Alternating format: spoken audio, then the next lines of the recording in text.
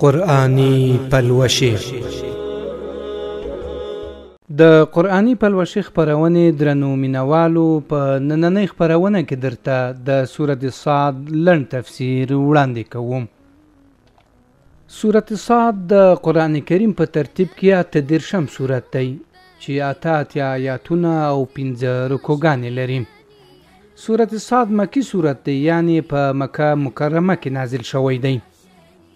د نزول سبب: دا سورت د هغو مشرکانو د اعتراضونو، انکار او سرکښۍ په ځواب کې نازل شوی چې د اسلام له پیغام، د حضرت محمد صلی الله علیه وسلم له نبوت او د قیامت له ورځې څخه انکار کاوه.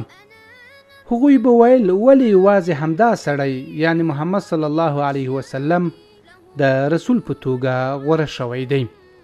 فضیلت: که څه هم د سورة صاد د فضیلت په برخه کې خاص احادیث نه دي ذکر شوي، خو په دې صورت کې د پیغمبرانو د صبر، جهاد او توکل ژوندي مثالونه وړاندې شوي چې مسلمان ته صبر، ثبات او پر الله جل جلاله باور ورزده کوي.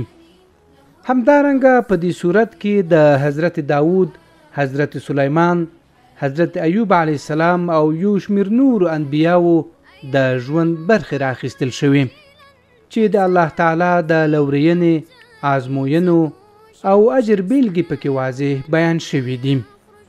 د سورة صاد اصلي پیغامونه: نبوت یوه الهي خوښه ده چې الله جل جلاله یې هر چاته نه ورکوي.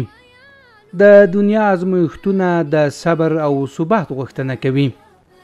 هر نعمت د الله تعالی له لوري دی او باید شکر پرې وکښل شي. د تیرو پیغمبرانو کیسې د صبر، شکر او اخلاص بیلګې دي. قیامت، حساب او جزا یو حقیقت دی چې باید ورته چمتو اوسو.